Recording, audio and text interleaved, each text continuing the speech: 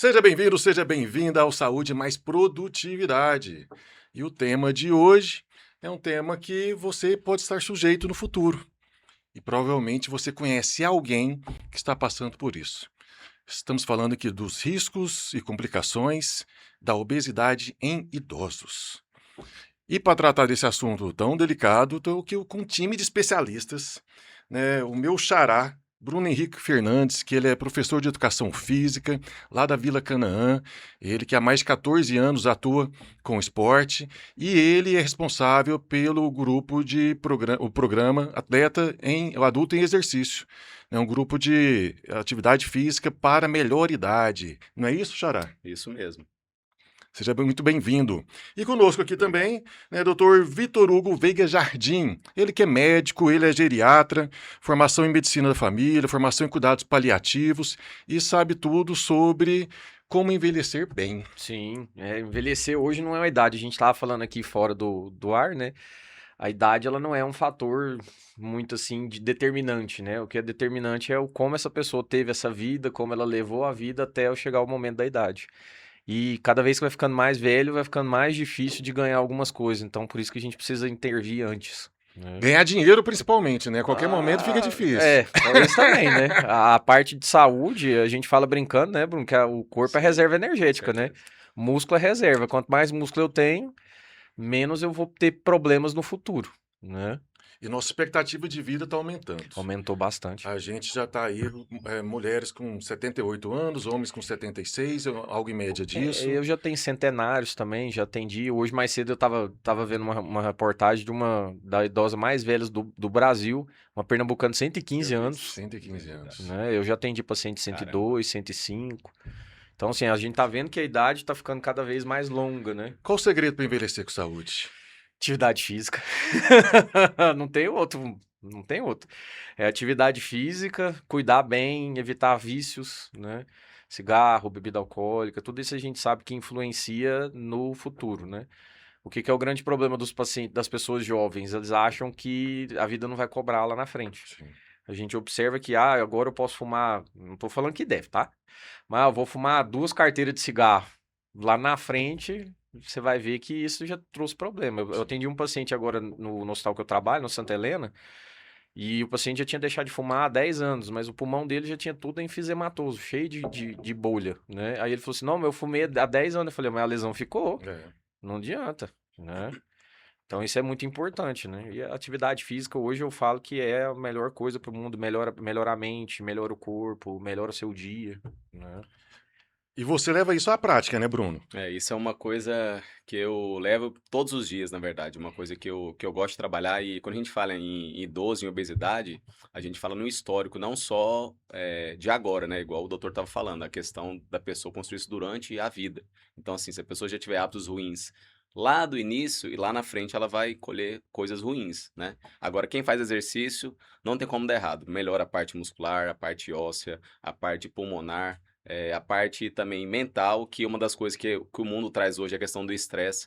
Então, a obesidade ela é muito ligada a essa questão do estresse, porque muitas pessoas às vezes compensam na questão da comida, não ter gasto energético e por não ter também uma vida saudável, que automaticamente uma coisa puxa a outra. Se você faz exercício, automaticamente você vai cuidar da alimentação. Então, as duas coisas elas andam juntas. E com certeza o futuro, ele só melhora com o tempo. Como é que funciona esse programa Adulto em Exercício? O programa é Adulto Exercício, lá no SESI, hoje eu tenho provavelmente de 78 a 80 alunos inscritos.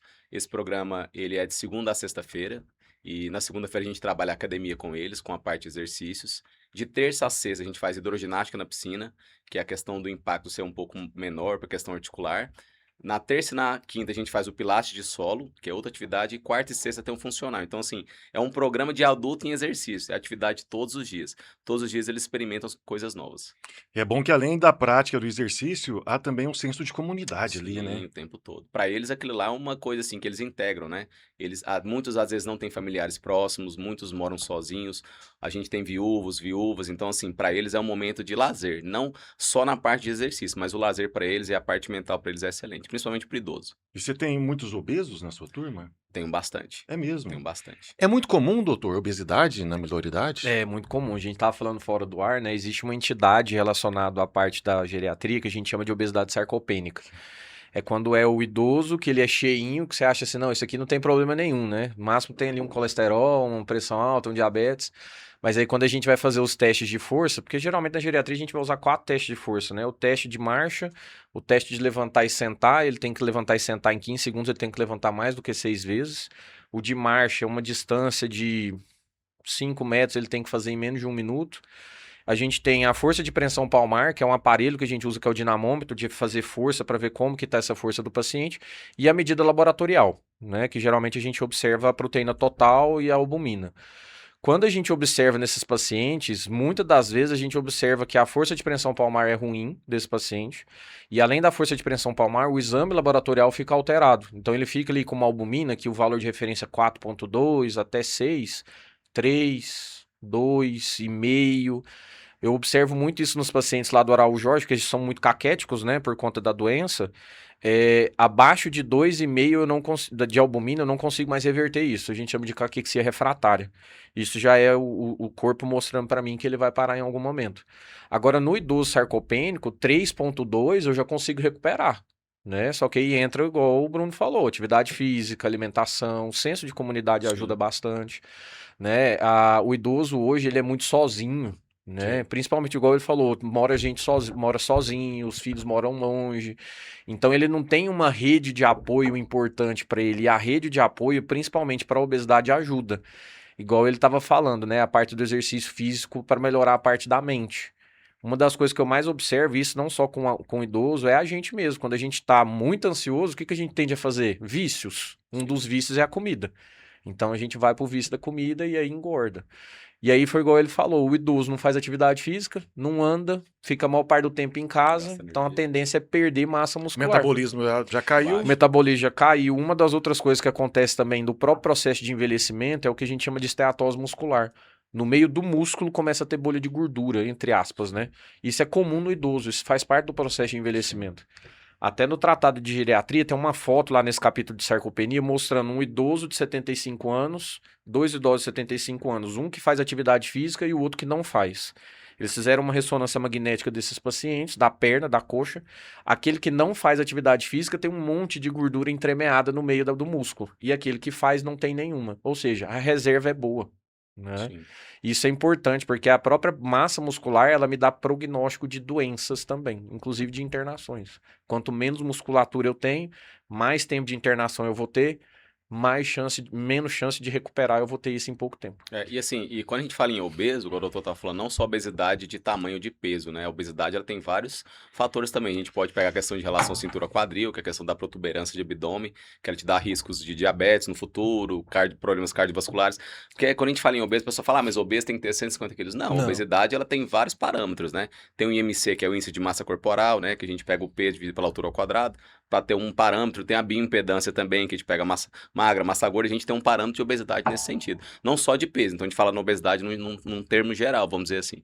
Porque muitas vezes a gente você deve ter observado, o idoso obeso sarcopênico, nem muitas das vezes ele é tão gordinho, Isso. não. Ele às vezes ele só tem uma massa ali, se você observa que ele tem uma Só tem uma pancinha. Uma pancinha. protuberância de Aí na abdômen hora que você alta, vai ver, musculatura não tem não nada. tem musculatura. Entendeu? Bruno falou de riscos. Qual que é o risco principal, os riscos da Da obesidade? obesidade, os dois que ele falou, os fatores principais, porque a obesidade a gente tem um conjunto de síndromes que a gente chama de síndrome metabólica.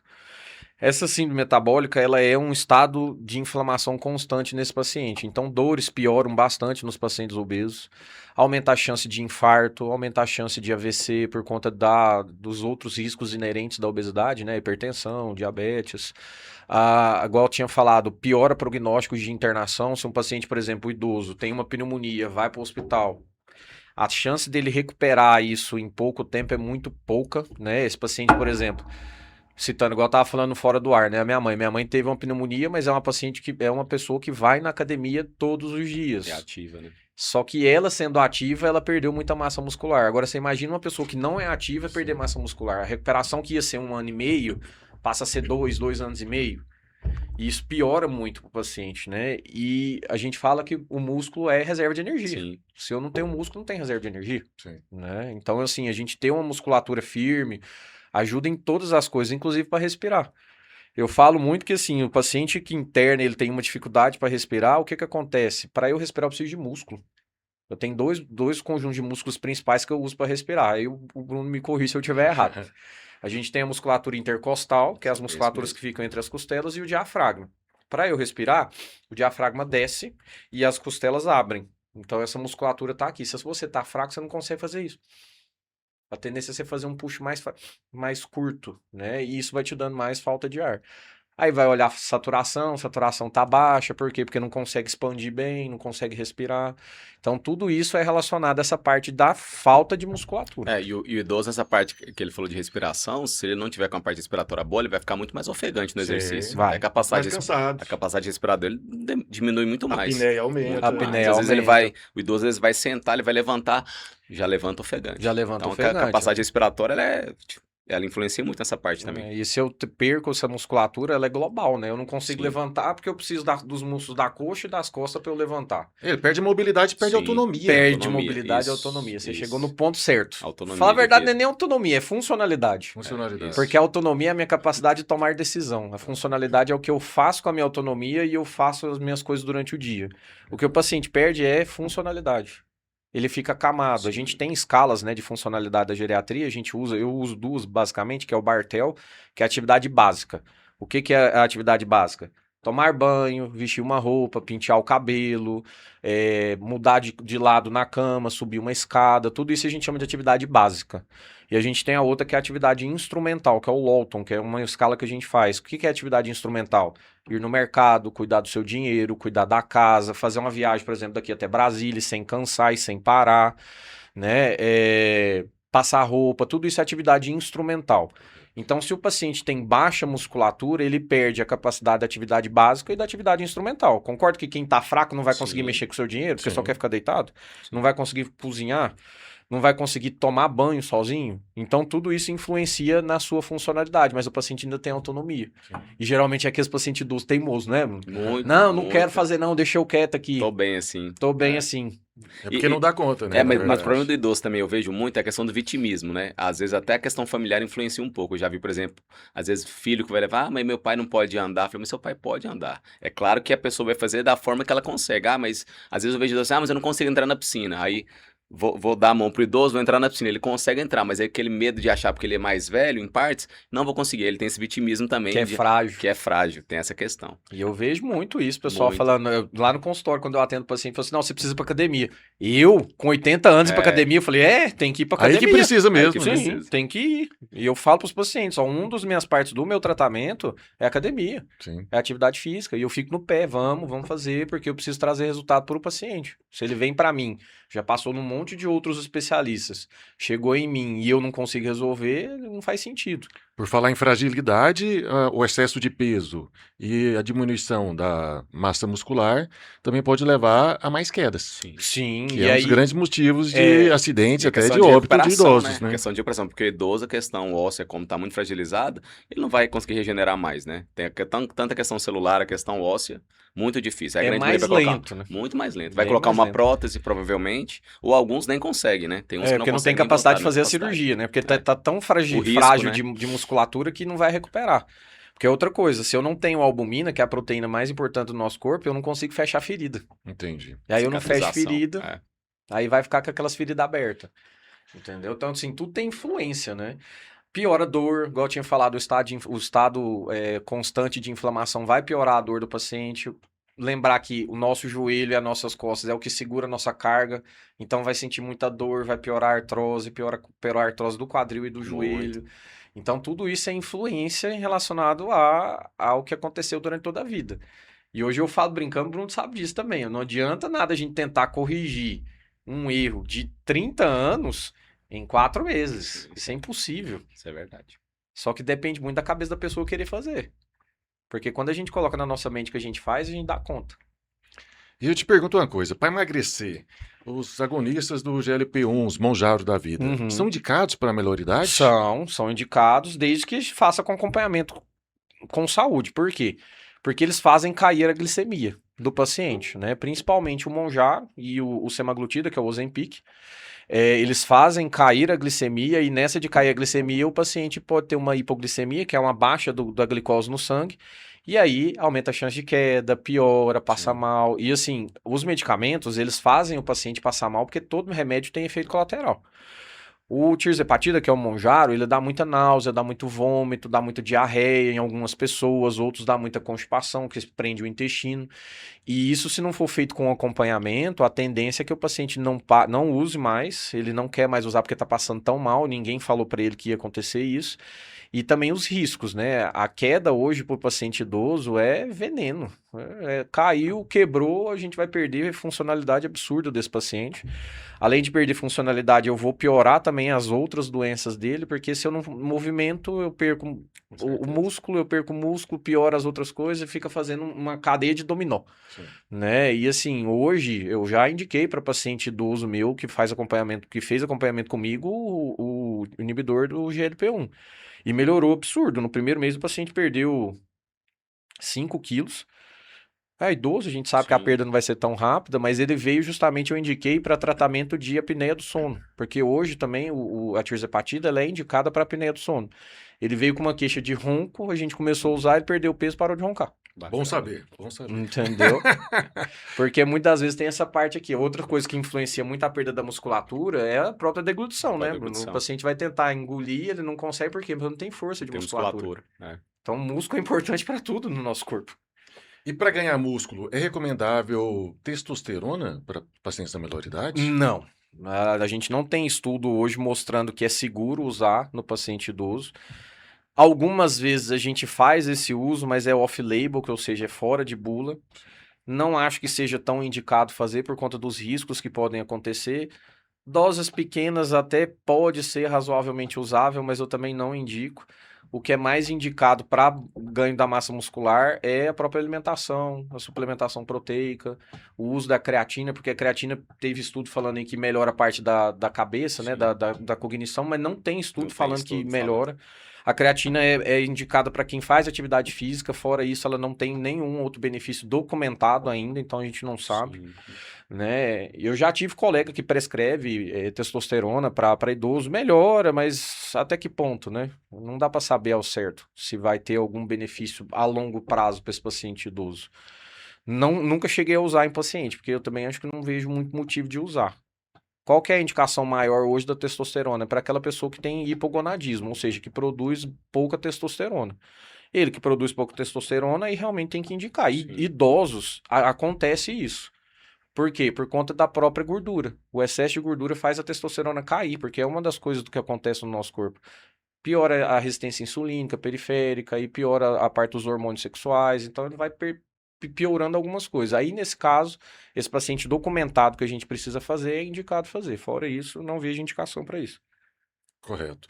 Bruno, você tem pacientes lá de qual idade? O mais avançado? Lá o mais velho, lá no Adulto em Exercício, 87 anos, mas eu atendo como personal trainer, eu gosto dessa área de idosos, os grupos especiais também, o meu paciente hoje mais velho tem 92 anos. É mesmo? E a esposa dele tem 86, eles treinam em casa. E uma das coisas, quando a filha deles me procuraram, era a questão, igual você tá falando, da mobilidade. O quê? O sentar e levantar, porque o idoso ele precisa ir ao banheiro, ele precisa Sim. usar o vaso sanitário. Então, isso é uma coisa que pra ele, se ele precisar de alguém pra ir, já é uma coisa que pra ele é ruim. Às vezes o idoso ele se sente mal nessa questão. Ah, eu preciso de ajuda, de um andador. Automaticamente, ele faz tudo só. Eu já tive um outro paciente que tinha 87, ele era deficiente visual, tinha prótese no quadril, quando eu peguei ele não conseguia levantar da cadeira. Andava com o andador, depois de 6 meses ele largou o andador. Só com exercício. Só com Sentar, atividade levantar na cadeira, pegar um peso e levantar, coisa usual, coisa simples. Xará, você fala de uma forma que você faz parecer fácil. Não é fácil. Não é fácil. Não é fácil. O pessoal aceita bem o tratamento, que eu vejo muito idoso que é meio resistente, não quer fazer o exercício. Às vezes os filhos indicam, Sim. e aí ele não quer fazer aquela rotina mesmo em casa. O idoso, a primeira coisa que eu faço é o seguinte, sempre a minha primeira avaliação de treino, eu nunca começo o treino no primeiro dia. Eu sento primeiro, tanto esses idosos que eu fechei o plano, eu sentei, tomei um café com eles na mesa, expliquei o que era o meu trabalho para depois começar. Por quê? Às vezes de primeiro ele vai sentir um impacto e fala assim, mas isso para mim é difícil. Eu sou muito velho, eu sou idoso, igual o doutor tá falando. Mas a hora que você chega e consegue aquele contato com eles mais próximos, você ganha no coração. É a Sim. primeira coisa. O exercício é a segunda parte. Então assim, a primeira parte para mim é aquele tete a tete, que você tá ali explicando para ele para que serve o exercício. Aí a hora que ele vê que isso é válido, aí acabou, ele te abraçou, acabou. A gente faz muita barganha com Muito, idoso. muito. Ó, vamos fazer assim, Porque depois a gente faz do outro É, jeito.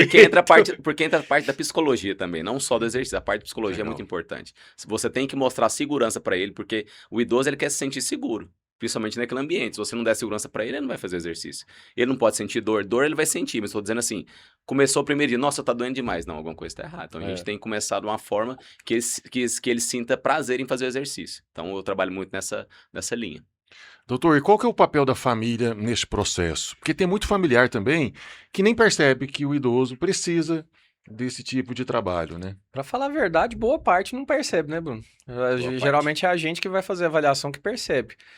O que que é a importância da família ter? É a rede de apoio, né? Igual o Bruno falou, o idoso ele se sente sozinho, ele precisa ter alguém para ter segurança. Se eu não tenho um familiar mostrando segurança, que confia no profissional de saúde que está lá e o profissional traz essa confiança tanto para o idoso quanto para o familiar, as coisas não vão funcionar. Né? A gente tá falando agora, vamos barganhar algumas coisas, a gente fala isso. E é importante a família estar junto, por quê? Porque é ela que vai trazer pra gente os relatórios, porque a gente não fica 24 horas com Sim. esse idoso. Então, ele que vai falar. Eu tenho um contato muito constante com meus pacientes, de uma vez por semana, 2 vezes por semana, eu mando mensagem, faço ligação por vídeo, como é que tá as coisas? E aí, o que que você tá falando? Como é que tá o tratamento? O que que você tá achando? Me conta alguma coisa aqui que eu preciso resolver. Por quê? Eu faço muito o que a gente chama de concierge em saúde, né? O paciente Legal. fecha um tratamento comigo e eu determino não, né? Eu vejo qual é a necessidade do paciente e vou encaminhando para os meus profissionais da minha equipe.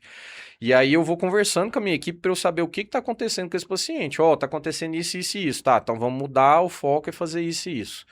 Por quê? E aí entra muito a parte da influência da família. Porque o idoso, se deixar, ele não quer fazer nada. E se eu não tiver alguém lá do lado junto com a equipe, ele não vai fazer. E aí a gente não vai ter resultado. Aí é aquela velha máxima, né? Ah, eu já fui num monte de profissional, nenhum funcionou. Mas depende muito também da pessoa, né? Sim. Eu falo muito brincando para os meus pacientes que eu falo assim, vocês precisam ter autorresponsabilidade.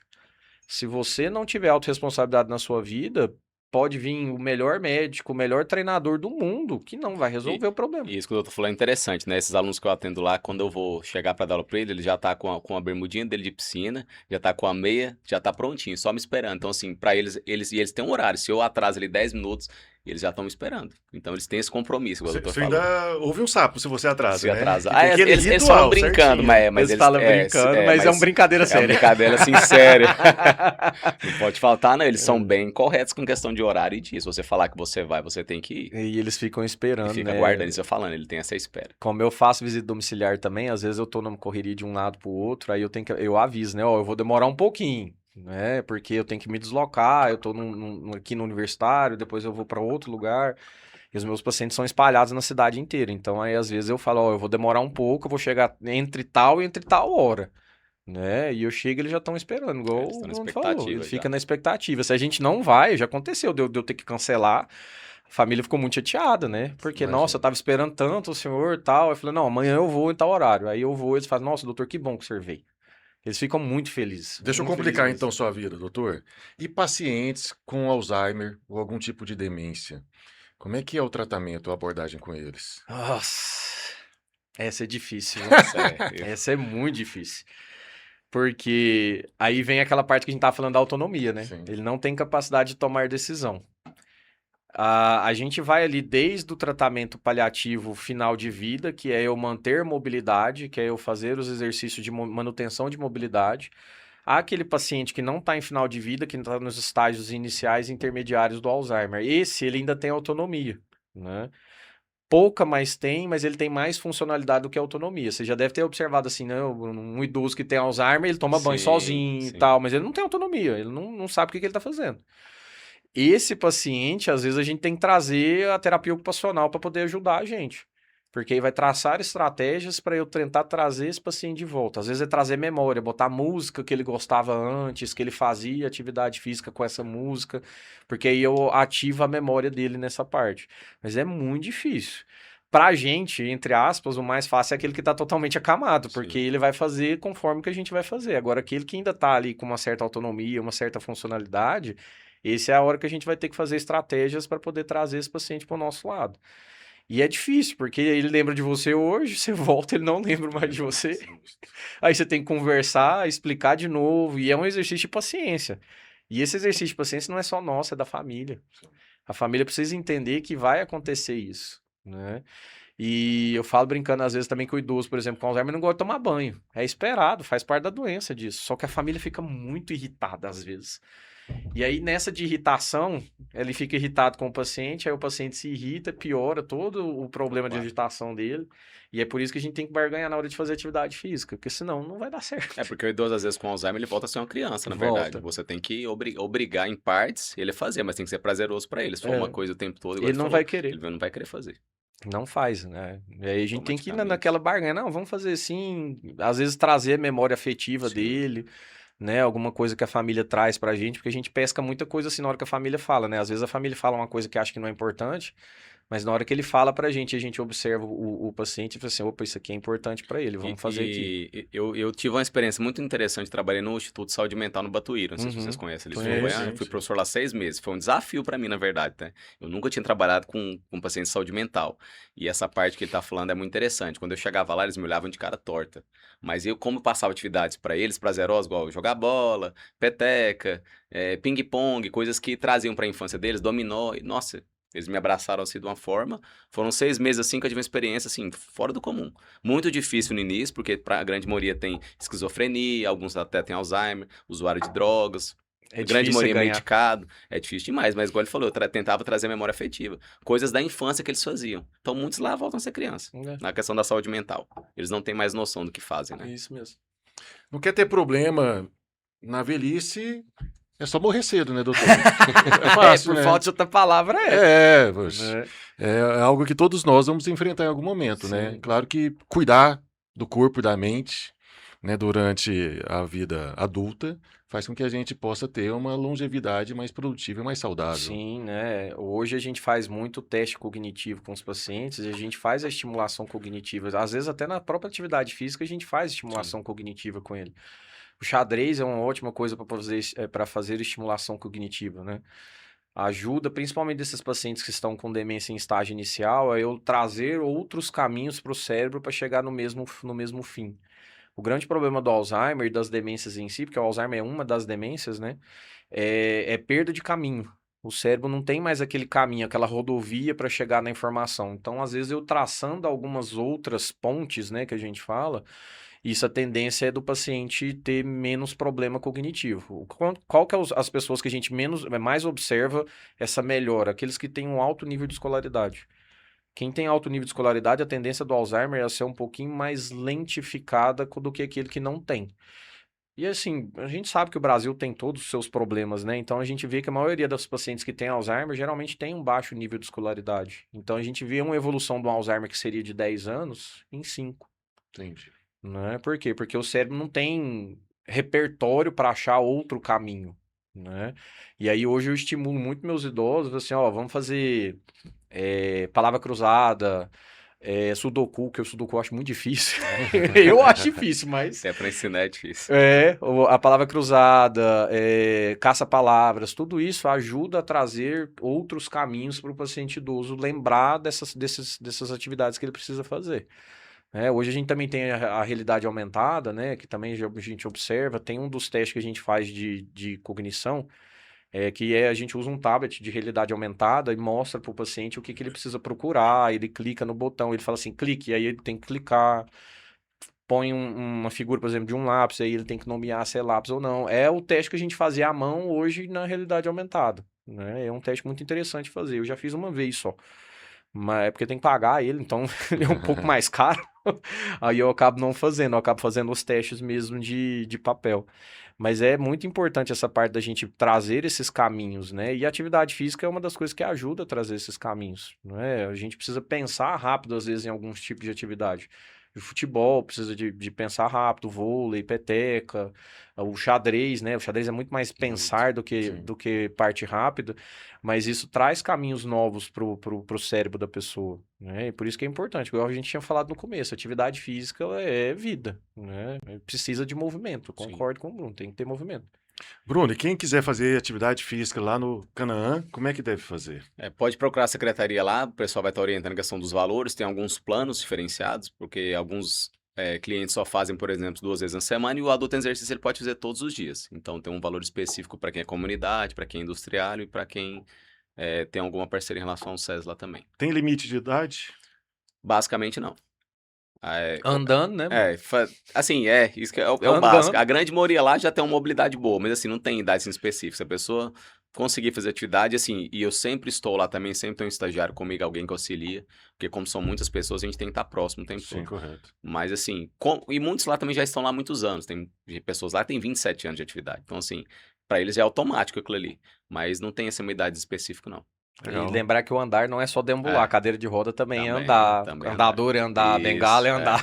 Muitos Boa. chegam lá de bengala, isso é verdade. É mesmo? Muitos Você chegam de consegue bengala, não executar as consegue. atividades? Consegue. Depois De entra na acordo com piscina. o dele, né? Isso, Sim. consegue. No ritmo deles, eles conseguem fazer. Porque a gente sempre fala de andar, a gente só acha que é só Só os caminhar, pés, né? né? Os Não, pés, cadeira né? de roda é andar, andador é andar, bengala é andar, é dispositivo de marcha que a gente fala, né? Conseguir Auxílio de deslocar, marcha. né? Ter um deslocamento, né? De alguma E forma. quanto antes a pessoa começar, melhor. Muito Sim. Não melhor. precisa esperar ter 90 para Não. fazer atividade física. Alguns, por exemplo, começam depois dos 70 e dá certo, E né? dá certo. Mas o correto é começar antes. Você ter uma vida ativa ao longo dos anos, né? Então, se você que está nos assistindo aí ainda não pratica atividade física, procure uma das unidades do SESI. Tem mais de 40 modalidades diferentes de atividades físicas e esportivas. E se você que está chegando na melhor idade, ou tem pais, avós que estão na melhor idade, né, não perca essa oportunidade. Leve também para o SESI, para o programa Adulto em Exercício. Tem na Canaã, mas tem também no Planalto, tem no Ferreira Pacheco e em todo o estado. Não perca essa oportunidade de promover a saúde e também uma longevidade mais produtiva. E aproveitando o momento, o Merchan falou em longevidade produtiva, tenho que destacar que esse é um dos temas que está aqui no meu livro, Organizações Saudáveis, o futuro do trabalho e da saúde corporativa, que também está disponível na Amazon e o link está na descrição. Doutor, quero te agradecer muito pela presença aqui, foi muito rico o nosso papo. Bom, né? feliz. Seja bem-vindo mais vezes, fique à vontade para voltar sempre que quiser. E suas considerações finais? Vou falar para a câmera agora para todo Sim. mundo ver em mim. Gente, a atividade física ela é extremamente importante para a sua vida, né? Tava conversando com o meu assessor agorinha, a gente começa a fazer atividade física de manhã. Eu sigo um influenciador, não sei se todo mundo já conhece, o Joel J. Sim. Falar. O Joel J, ele fala muito que a primeira reunião dele do dia é com ele, ou seja, atividade física. É a primeira coisa que ele faz durante o dia, para depois ele seguir o restante. Essa parte deixa a gente muito motivado quando a gente faz atividade física para a gente seguir o dia. Lembrar de tudo que eu falei durante o podcast, né? O músculo, ele é reserva de energia, o músculo é vida, então eu preciso ter musculatura para eu seguir a minha vida e ter a minha funcionalidade. Eu vou deixar meu Instagram aqui, dr.victorveigajardim, dr.victorveigajardim. Lá eu posto informações sobre cuidado paliativo, geriatria, obesidade.